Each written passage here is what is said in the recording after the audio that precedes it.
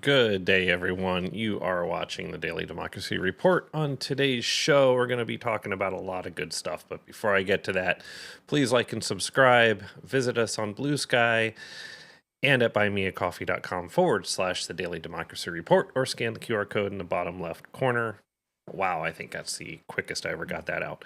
Anyway, for today, on today's show, oh, by the way, today is May 8th, 2025. We're off yesterday, so back today. And I want to talk about mainly the meat of the show, I think, is going to be about the Supreme Court ruling about transgender in the military, that it's okay for the Trump administration and Pete Hegseth and company to ban them, while the courts are struggling with trying to figure out if it's legal or lawful or not. So anyway, we're going to talk a lot about that today. I also want to talk about this tariff deal with the UK that Trump announced, this huge deal with the UK. I want to talk about that, explain that a little bit, or at least have some of the clips that explain what is going on with that and what we can probably expect.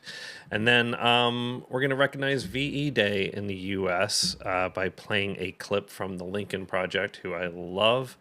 And we're going to show that clip and encourage everybody to go to the Lincoln Project and check it out for themselves. So anyway, without further ado, let's get started.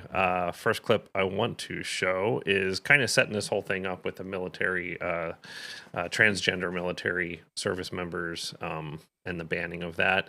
So wanted to kind of kick things off with that. This is from ABC News story. Let's see. So let's kick this one off and we'll talk about it at the end. The Pentagon is expected to start discharging transgender service members after the Supreme Court ruled the Trump administration can move forward with its ban for now.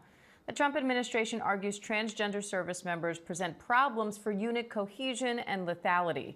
Defense Secretary Pete Hegseth says it's about restoring the warrior ethos to the military. Again, humans more important than hardware.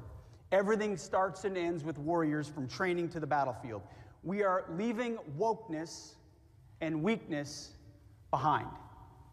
No more pronouns, no more climate change obsession, no more emergency vaccine mandates, no more dudes in dresses. We're done with that. All right, I just wanted to say something that I don't know how all of that turned into weakness. Like, sorry, you can't even see me there. I don't know how all that translates into weakness, like wokeness equals weakness all of a sudden. Even if they even understand what woke even means anymore, I don't even know that they care. Doesn't matter. It's just a buzzword for apparently weakness and DEI and everything else. So, yeah. And, you know, how dudes in dresses, I don't think you're going to find a dude in a dress in a military uniform. They don't have dresses for uniforms. Women have to wear basically the same stuff that men do. So I really don't understand where Pete Hegseth is going with that, but whatever. Anyway, I don't think one means anything for the other. So let's keep going here. Two federal judges found little evidence to support claims transgender troops negatively affect military readiness. One judge says the government misquoted and cherry-picked studies. Now the Supreme Court's lifting a nationwide injunction, at least temporarily. Senior Washington reporter Devin Dwyer is here with more. So, Devin, the Pentagon estimates more than 4,200 active service members have a diagnosis of gender dysphoria, but advocacy groups say the total number of transgender troops is much higher. So what's the expected impact of this ruling?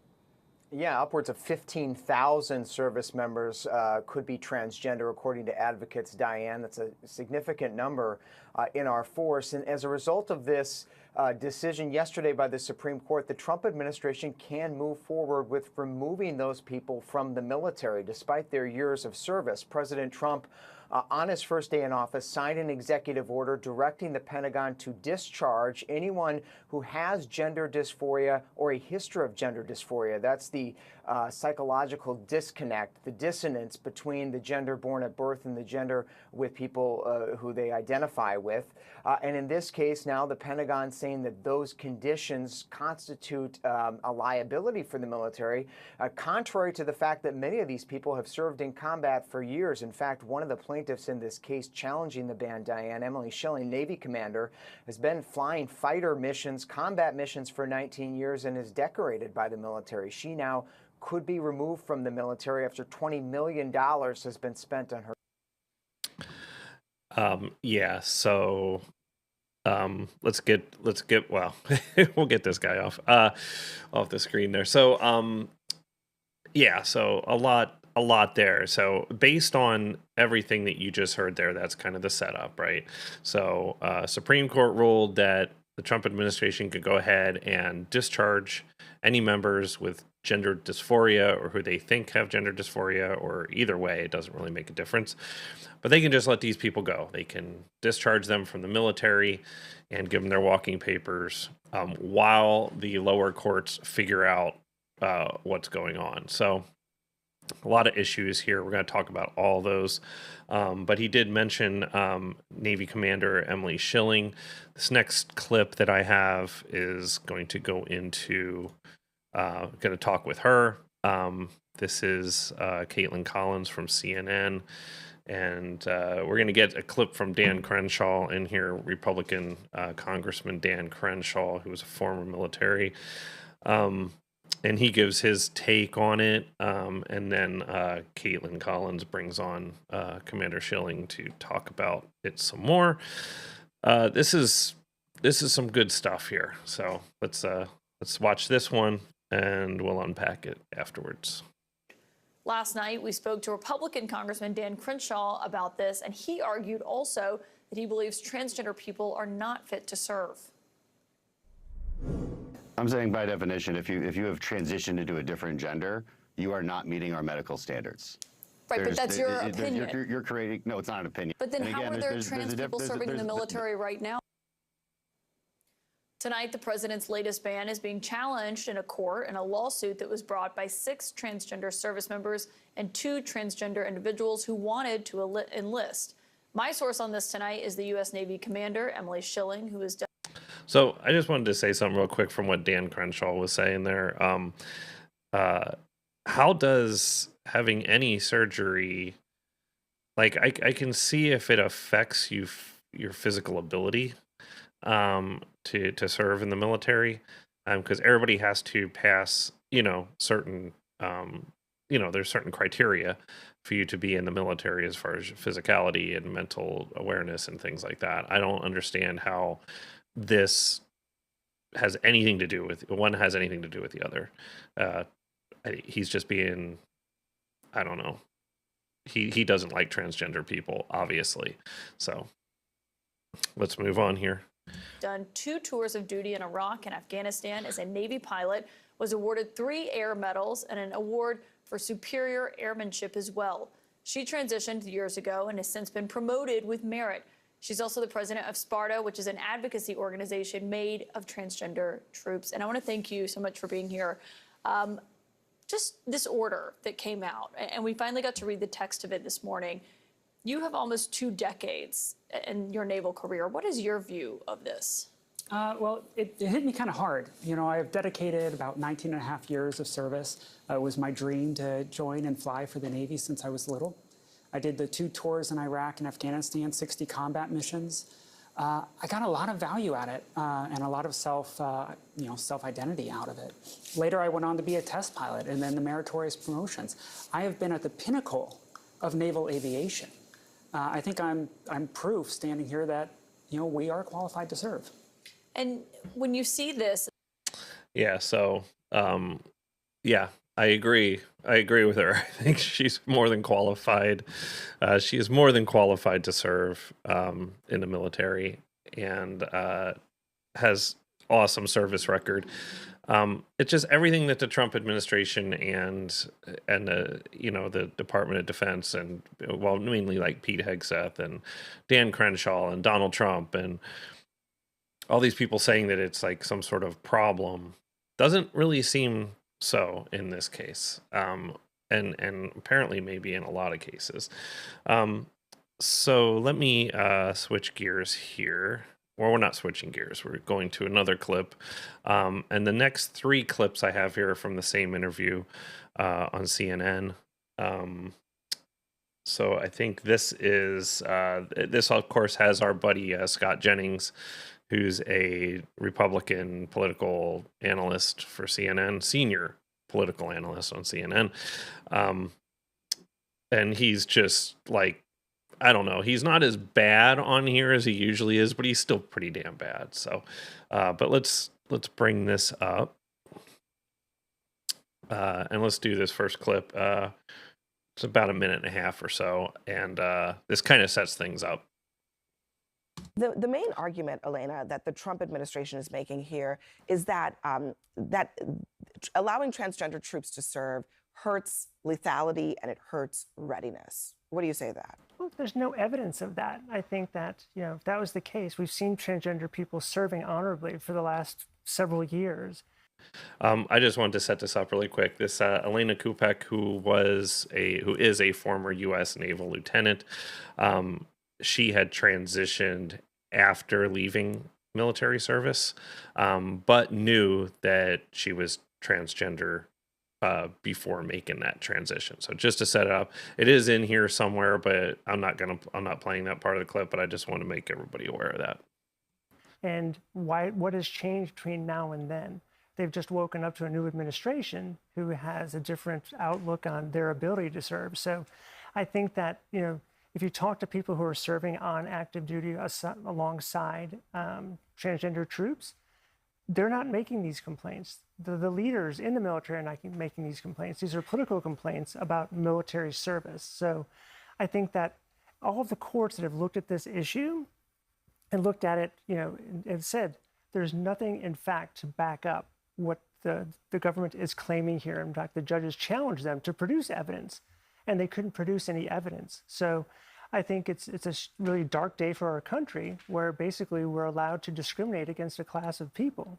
Scott, if they can't produce evidence that this actually does, in fact, have an impact on readiness, I mean, how is this not then just discrimination? Well, it's the opinion of the commander-in-chief, who, according to our Constitution, is the head of the military. I mean, regardless of anyone's opinion or anybody's, whatever side you're on, whether you're for it or against it, at some juncture, the president is the commander-in-chief of the military, and he has and should have broad latitude to determine how the armed forces should be operated. And so I think that's what he's doing here. I think that's ultimately what the court said today, was that the president is the commander-in-chief, and we gotta respect that. Well, under our Constitution. but I mean. All right, so he's arguing the point that the president of the United States, as being the commander-in-chief, can pick and choose whoever he wants to serve in the military.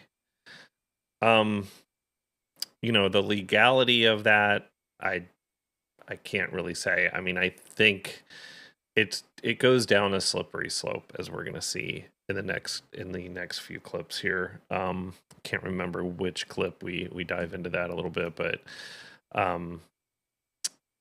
it might be this next clip here. I can't remember, but anyway, it goes down a slope that Scott Jennings doesn't want to talk about, and Michael Singleton, who's the other Republican strategist on this panel, doesn't really want to discuss either. But let's take a look. Really see how you can push back against that. Again, we'll see what happens in the court. I can. Yeah, Because well, I'm sorry, I can. What if the president wakes up tomorrow and says, I don't want any black people in the military? Do we give deference to him on that? Well, no, wait a second. It's not ridiculous. It's not ridiculous because you're discriminating against a group of people in a very similar way. No, I knew you were going to say that, but it's excuse still me. Well, I'm glad you. I'm going to leave this one alone today. So you see Shermichael there. I'm going to leave this one alone. Scott Jennings is like, what a ridiculous thing to say. And as unbelievable as that might sound, there was a point in time when the military was segregated. So that's not something new. There was a time when black people couldn't serve.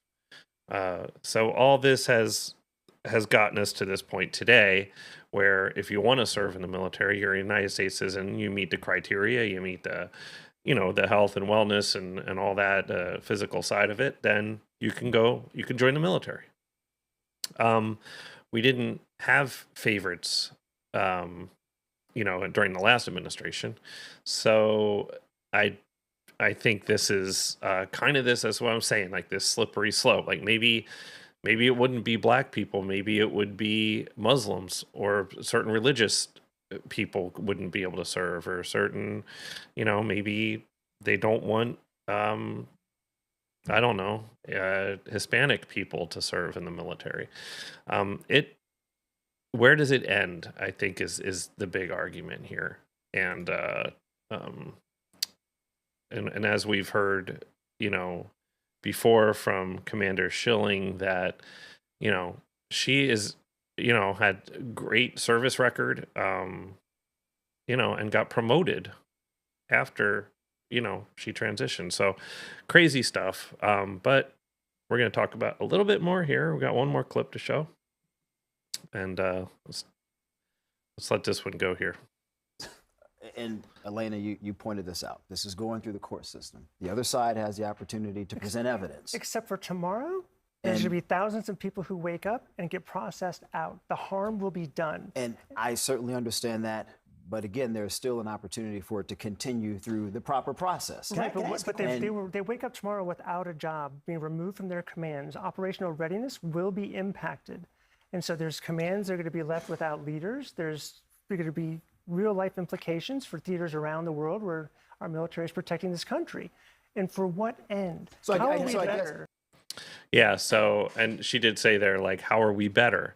To what end? Where does this stop? And she's right to say, and nobody's, once the Supreme Court said you guys are okay to ban transgender people from the military until all this stuff is resolved, well, that doesn't help the 12 to 15,000 transgender people in the military right now who are getting their walking papers today. They are getting dismissed, they're getting discharged, and they're saying see ya. Now, what happens if and when the court says, okay, yeah, you can allow transgender people into the military again? Are all these people going to be brought back? Are they going to have their service records? What happens to them from now to then? They're all out of work. Nobody's getting paid. Everybody's got to find other jobs, other careers. It's a huge mess. So why do this now? Why not just wait and see what happens in the courts and then go from there? It's not like we're in the middle of a war right now or that there's any big issues. They haven't even identified that this is a problem, let alone, they haven't been able to prove it, that it's a problem. So why go forward with a ban while it's still being litigated? Does not make any sense to me. I think this is just a bunch of bigoted people who don't like transgender, and they want them out of every facet of the federal government. So that's my take. So that is, there's more to all this. So I suggest everybody go out there and take a look at what's out there. And it's, it kind of sucks because, whether you're for or against transgender people, this is it evolves into a bigger issue over time. And where does it, like I said, where does it end? So. So let's move on to Trump's trade deal with the UK. So this is one that's really interesting because I was thinking that, oh my gosh, yeah, this is going to be cool. All right, Trump finally made a trade deal. Let's figure out how this helps. It's actually helping the market. The stock market today is doing fairly well so far. But let's see what actually this does. So this is pretty interesting. And of course, this is a little bit of speculation here about what this could be. But let's hear this, and then we'll chat about it. With me now, Professor of Economics and Public Policy at the University of Michigan, Justin Wolfers. Justin, good to see you. Look, a source telling CNN tonight that Trump is going to announce a trade deal with the UK tomorrow. Is that something you would consider a major trade deal? No. So let's get some numbers and some context for the people at home. The United Kingdom, wonderful country, lovely people, love myself some fish and chips, don't mind their beer, but they're our 11th largest trading partner. They account for 3% of American trade.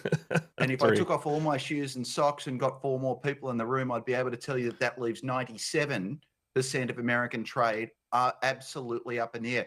Now, Laura, I want to tell you one more fact that will blow your mind. Go back 6 weeks ago. The average tariff the United Kingdom charged to countries around the world was 1%. That's the stakes here. So the best we can do is knock the United Kingdom down from 1% to 0, and it's already clear we didn't get them to 0. And along the way, the president is imposing a 10% tariff on the United Kingdom, making it harder for Americans to do business with trading partners over in the old Dart. So really interesting stuff there. 3%. It was a 1% tariff that the UK imposes. I think this is probably going to end up being more on Trump's argument of the trade deficit thing, which he really doesn't understand. And that's the whole concept that we buy more from them than they buy from us. So he says that we're getting screwed because they're not buying enough from us. They don't need to. Other countries don't need to. Like, I'm sure we don't buy as much from some countries that they buy from us. That doesn't mean that that's a bad thing. So anyway, I just, it's, I don't think this is going to be as big a deal as Trump's going to make it out to be. Like, this is going to be like some sort of huge victory lap that he's going to do, and it's going to be plastered all over the place. And I just, he'll probably make some big Rose Garden announcement or something, I don't know how that's going to play out. Maybe it's already playing out now, but yeah, 3%, 1% of tariff right now. I mean, that doesn't make sense. So, anyway, that's all I had to say about that. I just thought it was really interesting to put it a little bit into context before things get way blown out of proportion, especially on the conservative news networks and like the Fox propaganda network and all that. It's gonna blow up and be like, this is a huge thing. This is what every American's been waiting for. And it really doesn't do a whole hell of a lot of anything. So, but maybe what it will show is maybe where these negotiations are going to head for other countries and other things. So that'll be interesting to watch. So keep an eye on that. Last thing I want to talk about today is VE Day from World War II. This is Victory in Europe Day. It occurred today, going back to 1945, at the end of the war in Europe. Was not the end of World War II, as Trump wants to make today, May 8th, a holiday for the end of World War II, or a national holiday for World War II, not a federal holiday, but a national holiday to celebrate the end of World War II, which wasn't really accurate because VJ Day, which was a victory in Japan, was officially the end of World War II, and that occurred on August 15th of 1945. So of course he's kind of an idiot and doesn't really understand when the actual end of World War II occurred, which, makes sense, as he said, "Oh, we never take credit for winning the wars in, World War I and World War II." It's like, well, it was kind of a coalition of forces anyway. So, but anyway, regardless of that. So anyway, for VE Day today, Victory in Europe Day, there is a video out there by who I love, the Lincoln Project. This is called VE Day, and let's play the video. And yeah, it's really good. 80 years ago, the guns fell silent across Europe. The bloodiest war in European history ended with the unconditional surrender of Nazi Germany. This was good versus evil, and good won. They came from small towns and big cities, the men and women of America, ready to die in places they had never heard of, for a people they didn't know. Why did this greatest generation sacrifice so much? Because they understood that freedom is fragile. They believed every human life had dignity. What would these heroes think of what Donald Trump is trying to do to America? Arresting judges, the breakdown of rule of law, a powerful state that disappears its own citizens with no due process, an angry leader who thinks he's all powerful. They saw it and gave their all to end that evil. Today, 80 years since VE Day, let us honor the greatest generation by holding their values dear. They had different politics, but they knew right from wrong. They knew what it meant to be an American. Now it's our turn to fight for America, to stand up to a darkness that threatens the basic rights of Americans, a leader who believes he is above the law. No one is asking us to charge across a bloody beach. All that's asked of us is that we remember the greatest generation's legacy and prove we're worthy of their sacrifice, that we are worthy to call ourselves Americans.